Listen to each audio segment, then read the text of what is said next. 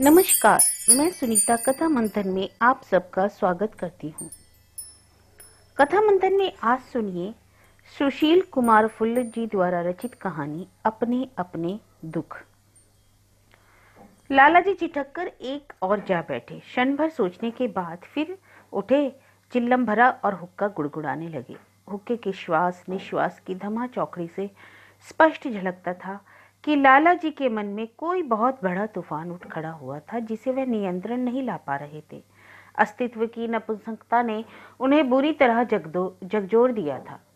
संयोग मात्र ही था कि उनके तीनों लड़के आज अचानक उनसे मिलने आ गए। लगभग 11 बजे होंगे जब मझला लड़का अशांत अपनी पत्नी सहित आ पहुंचा था। पिताजी के चेहरे पर उदासी के चिन्ह देखकर उसे दुख हुआ, परंतु फिर स्थिति की गंभीरता एवं संबंधों की तरलता को समझता हुआ वह चुप ही रहा। माँ ने तुरंत चाय का पानी रख दिया तथा फिर अपने पति से बोली, अरे कुछ जाकर नमकीन ले आओ।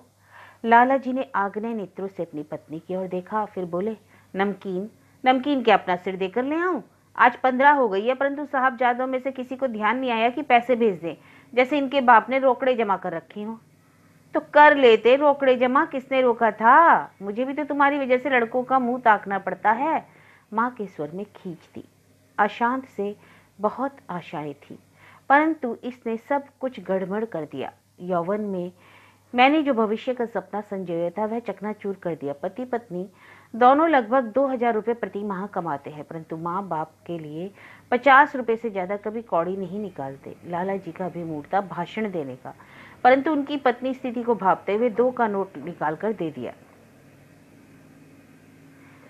लाला जी के चेहरे पर क्षण भर के लिए संतोष फैल गया और वह नमकीन लेने बाजार चले गए। माँ ने स्थिति की गंभीरता को हल्का करने के लिए कहा, बेटा अपने पिता की बातों को बुरा नहीं मानना, इनकी तो आदत ही ऐसी है, किसी से भी संतुष्ट नहीं होते, जरा जरा सी बात पर झगड़ा। यह तो मैं ही हूँ जो काट रही हूँ, कोई और होती तो कब की चली गई होती। अशांत अपनी माँ की दार्शनिक मुद्रा पर खूब मुस्कुरा दिया। उसने वह यही वार्तालाप माँ से पिछले 15 साल से में कई बार सुना था। बहू को भी हंसने की मुद्रा बनी, परंतु वह हंसी को टाल गई। अभी चाय बनी ही थी कि अशांत का छोटा भाई आ पहुंचा। सुभाष के आगमन से लाला जी का चेहरा खिल उठा। वही तो है तीनों में से जो माँ बाप के पके खान पान पर अधिकांश खर्च करता है। उसके आने से वैसे भी घर चहकने लगता है। भाभी ने देवर से कहा, तुम्हें लड़की पसंद आ गई? हमें ऐश्वर्य हुआ, बधाई हो। सुभाष ठहका लगाकर हंसा, फिर गंभीर होता हुआ बोला, मुझे तो अब भी लड़की पसंद नहीं है। हाँ, पिताजी को पसंद है। अरे विवाह तुम करवा रहे हो या पिताजी? अशांत ने तीर छोड़ा, अपनी लड़कियां जैसी तो हैं। माँ ने बीच में चाफ किया, पता नहीं आजकल के लड़के अपने आप को क्या समझते हैं। 500 रुपये क्या मिलने लगता है, बस दिमागी आसमान पर चढ़ जाता है। इतना नखरा इस सुभाष ने कोई 40-45 लड़कियां देखी होंगी और पसंद कोई नहीं। लड़की का कद इतना होना चाहिए, रंग रूप ऐसा होना चाहिए, नाक इतनी लंबी होनी चाहिए, कान बाहर निकले हुए ना हो, मुंह पर कोई दाग ना हो, रंग गुलाब की तरह दहकना चाहिए और ना जाने क्या क्या, जैसे लड़की ऑर्डर देकर बनवानी हो। शांत, इसे कहो यह शीशे में अपनी शक्ल तो देख ले, लाला जी फुफकारते हुए बोले। सुभाष ने तिरछी नजर से अपने पिता को देखा तथा कुछ सोचते हुए कहा, पिताजी आप पढ़े लिखे होकर भी अनपढ़ सी बातें करते हो, वक्त को भी तो पहचानना चाहिए। बेटा मैं वक्त से पिछड़ गया हूँ क्योंकि मेरी गांठ में पैसे नहीं है, इसलिए मैं अनपढ़ हो गया हूँ। वाह बेटा वाह, इसी दिन की प्रतीक्षा में तो बूढ़ा हो गया। जानते हो सन 28 में सारे क्षेत्र में मैं ही केवल BA पास था। रामनाथ के लड़के को मैंने ही इंग्लैंड जाने की सलाह दी थी। अब देखो रामनाथ के पुत्र और उसके पौत्र कितना धन कमा कर लाए हैं। कई बीड़ियां बिना कमाए आराम से बैठी खा सकती हैं, और आज यह छोकरा ही मुझे वक्त को पहचानने का उपदेश दे रहा है।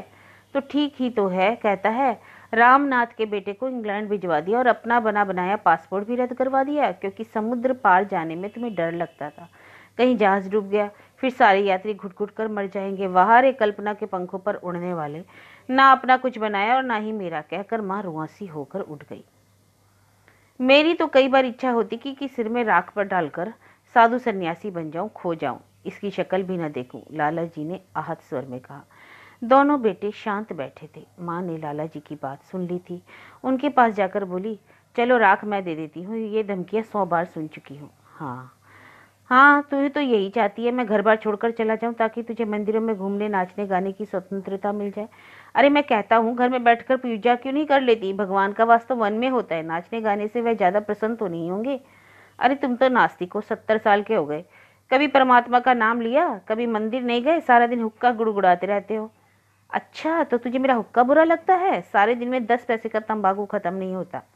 पैसे की वजह से तो मैं सिगरेट नहीं पीता, अब यह हुक्का भी तुम्हें भारी लगने लगा? मैंने कब सोचा था कि मेरा बुढ़ापा ऐसा निकलेगा? पता होता तो भविष्य का गला पहले ही घोट देता। पिताजी, जब भी हम घर आते हैं तो तभी आप व्यर्थ की बोल ले बैठते हैं। इसलिए कहता कहता शांत चुप हो गया। इसलिए तो तुम यहाँ नहीं आते, यही ना? लेकिन मैं सब जानता हूँ, ये सब बहाने हैं। तुम अपने ससुराल में 15 दिन पड़े रह सकते हो, परंतु अपने माँ बाप के पास एक रात नहीं काट सकते। तुम्हें कमरे से दुर्गंध आती है, यहाँ जगह की तंगी लगती है। अरे मैं पूछता हूँ, तुम तीनों भाई चारों बहनें यहीं तो रहते थे, तब भी तो यही घर था, और अब कहते कहते लाला जी रुक गए। अशांत ने जब कहा कि दुनिया भर के लोगों ने अपने अपने मकान बना लिए, लेकिन लाला जी ने 2 कमरे भी नहीं बनवाए, तो लाला जी कर्रा उठे। अरे मैंने तो अपनी सब कमाई तुम्हें खिला दी, देखूंगा जब बड़ी बिल्डिंग बना लोगे तुम लोग। घर में शांति व्याप्त हो गई थी, कहीं कुछ भी शेष नहीं था कहने को।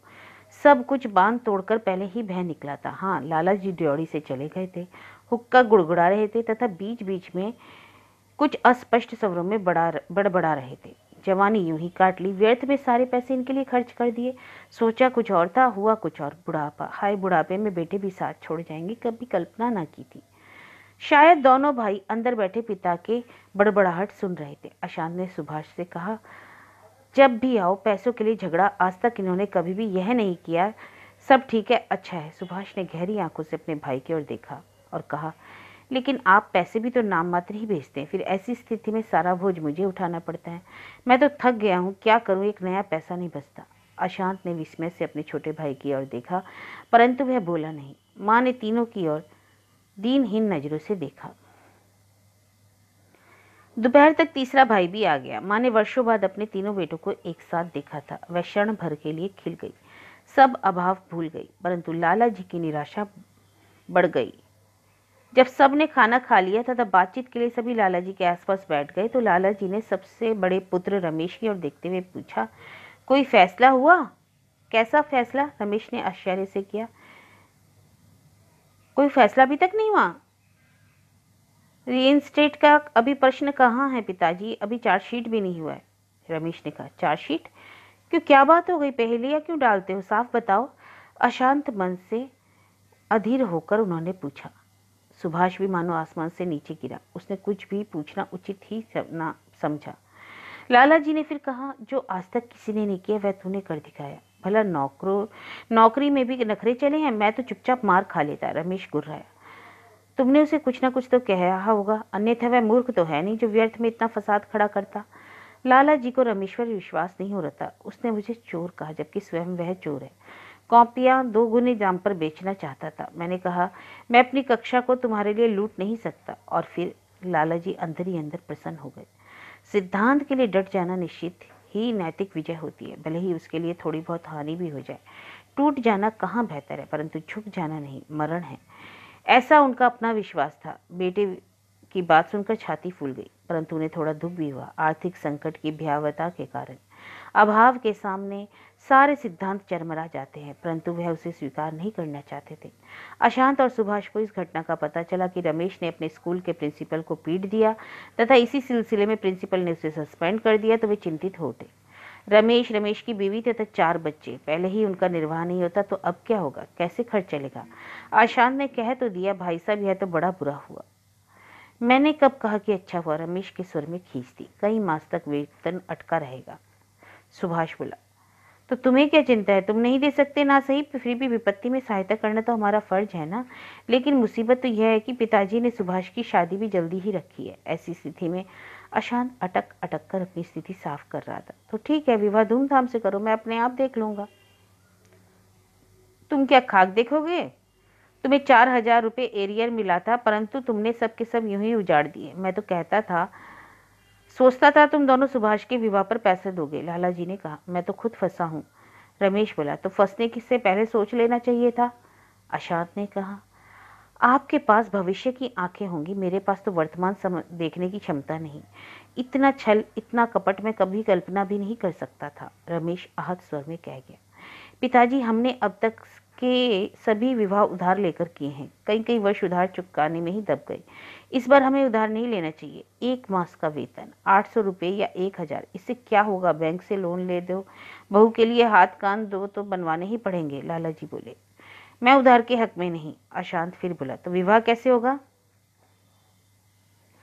जैसे आजकल के सभी विवाह होते हैं, लड़के के साथ 2 आदमी चले जाएंगे, लड़की ले आए, बस आडंबर की जरूरत नहीं। रमेश ने व्याख्या की, अपनी शादी भूल गए? तब जब मैंने यही परामर्श दिया था तो जनाब ने कहा था यह कोई गुड्डे गुड़ियों की विवाह नहीं है। तो बस लाला जी ने कच्चा चिट्ठा खोलकर रख दिया। अरे अब जमाना बदल गया है। रमेश का स्वर धीमा था। अच्छा, फिर अब की बार सुभाष बोला, तीनों जने कम से कम 2-2 हजार रुपया दो, इससे कम नहीं चलेंगे। लाला जी ने आदेशपूर्ण स्वर में कहा। 2-2 हजार? मेरे पास तो नहीं है। अशांत ने कहा, मेरे पास भी नहीं है, मैं तो खुद ही सस्पेंड हुआ पड़ा हूँ, मुझे ही पैसे दो तभी कुछ बनेगा। रमेश बोला, मुझे तुमसे ऐसी आशा नहीं थी, मैं खुद ही सारा प्रबंध कर लूंगा, मुझे तुम्हारे पैसों की जरूरत नहीं। फिर रुककर बोले, मैं सारी प्रॉपर्टी बेच दूंगा, मकान गिरवी रख दूंगा। बिल्कुल ठीक, टूटा फूटा मकान है, उसे ही बेच दो। रमेश ने मुक्ति की सांस ली। घर में साय तक फिर कोई नहीं बोला, सभी अपने अपने आप में उलझ गए।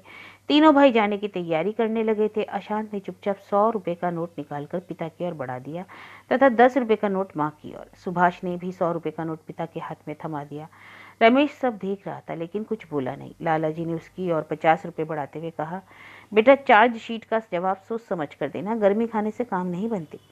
फिर लाला जी ने धीमे से सुभाष तथा अशांत से कहा, अच्छा जितने जितने पैसे इकट्ठे कर सकते हो करो तथा जल्दी जल्दी मुझे भेज देना।